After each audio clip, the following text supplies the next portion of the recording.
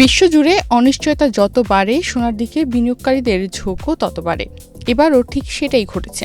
মধ্যপ্রাচ্যের উত্তেজনা, যুক্তরাষ্ট্র ইরান ইস্যু এবং বৈশ্বিক অর্থনীতিকে ঘিরে অনিশ্চয়তার কারণে অনেক বিনিয়োগকারী শেয়ার ও অন্যান্য ঝুঁকিপূর্ণ সম্পদ থেকে অর্থ সরিয়ে আবারও সোনায় বিনিয়োগ শুরু করেছেন।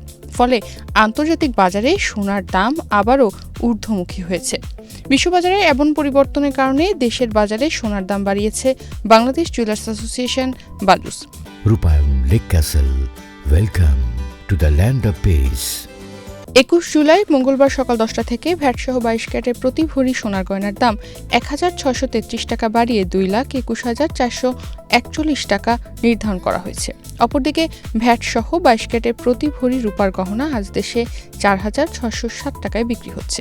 বিশ্লেষকদের মতে শুধু ভূরাজনীতিই নয়, বাজারের প্রযুক্তিগত চিত্রের কারণেও সোনার দাম বাড়ছে।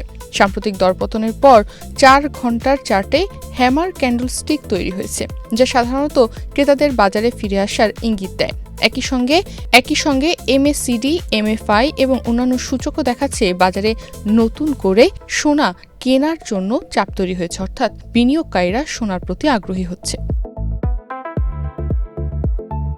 নতুন মূল্য অনুযায়ী 21 জুলাই মঙ্গলবার সকাল 10টা থেকে ভ্যাটসহ 22 ক্যারেটের প্রতি ভরি সোনার গহনার দাম ১,৬৩৩ টাকা বাড়িয়ে নতুন দাম নির্ধারণ করা হয়েছে ২,২১,৪৪১ টাকা। 21 ক্যারেটে 1 ভরি সোনার গহনার দাম ১,৫৭৪ টাকা বাড়িয়ে নতুন দাম নির্ধারণ করা হয়েছে ২,১১,৪৬৮ টাকা।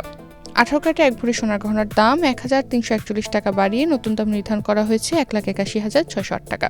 আর সনাতন পদ্ধতির প্রতি ভরি সোনার গহনার দাম ১,০১০ টাকা বাড়িয়ে নতুন দাম নির্ধারণ করা হয়েছে ১,৪৮,৩৬৬ টাকা। এর আগে গত ১৩ জুলাই সকাল 10টা থেকে ভ্যাটসহ 22 ক্যারেটের প্রতি ভরি সোনার গহনার দাম ২,২১৬ টাকা কমিয়ে নতুন দাম নির্ধারণ করা হয়েছিল ২,২১,৯৬৬ টাকা। গত এক সপ্তাহ জুড়ে 21 ক্যারেটের প্রতি ভরি সোনার গহনা দেশের বাজারে বিক্রি হচ্ছিল ২,১১,৯৯৩ টাকায়। গত কয়েক বছর ধরে বলতে গেলে ধারাবাহিকভাবেই বেড়েছে সোনার দাম। 2026 সালের জানুয়ারি থেকে এ পর্যন্ত মোট 92 বার সোনার দাম সমন্বয় করা হয়েছে। এর মধ্যে 46 বার সোনার দাম বাড়ানো হয়েছে এবং কমানো হয়েছে 46 বার। 21 জুলাই মঙ্গলবার সকালে সোনার নতুন দাম নির্ধারণ করে বিজ্ঞপ্তি দিয়েছে বালুস। এতে বলা হয় স্থানীয় বাজারে তেজাবি স্বর্ণ বা পিওর গোল্ডের দাম বেড়েছে।